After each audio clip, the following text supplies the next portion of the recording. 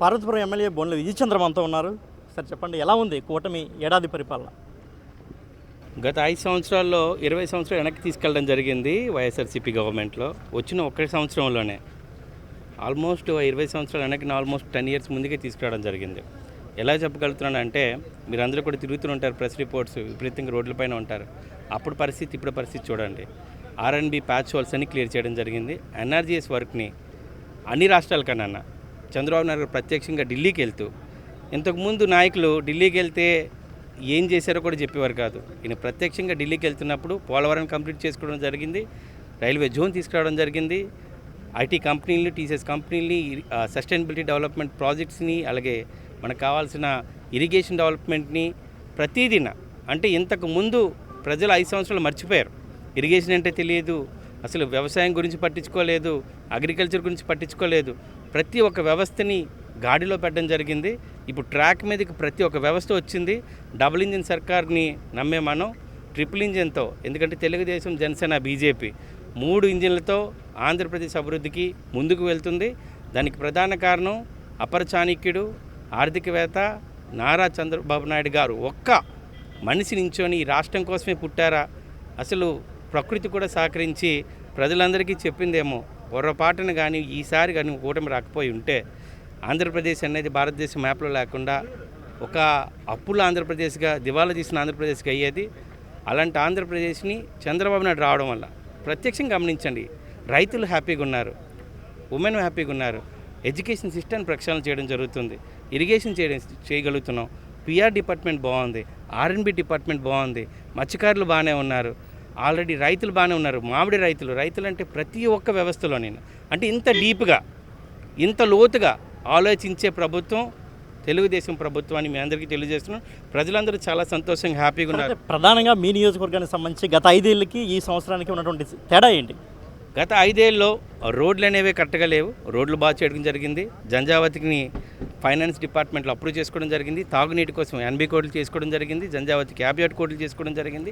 600 కోట్లతో హాస్పిటల్ని రెడీ చేసుకోవడం అయింది.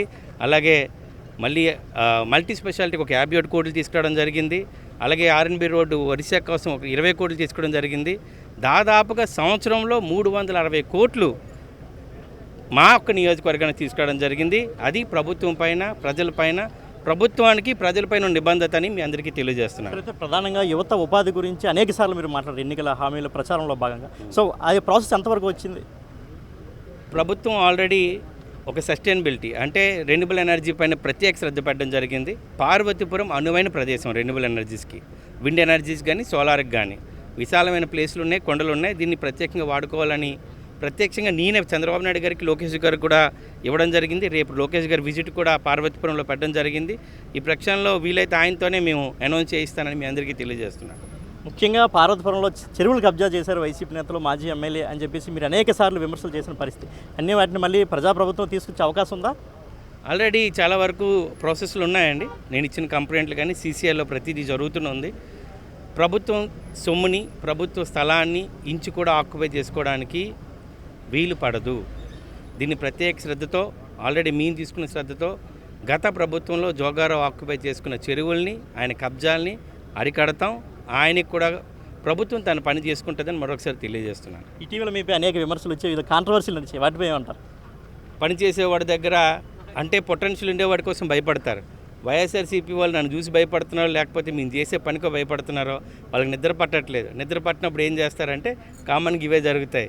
ఎవరినో ఒక టార్గెట్ చేస్తున్నారంటే వాళ్ళ విషయం ఉందనే విషయాన్ని మీరు గుర్తుపట్టుకోవాలి. అంటే ముఖ్యంగా ఎంఆర్ఓ ఇష్యూ గురించి ఏం చెప్తారు ప్రధానంగా? సో ఆమె వైసీపీ గవర్నమెంట్లో పనిచేసింది, అలవాటు పడిపోయింది. ఇది వైసీపీ గవర్నమెంట్లో లెగసీ అనే చెప్తాను.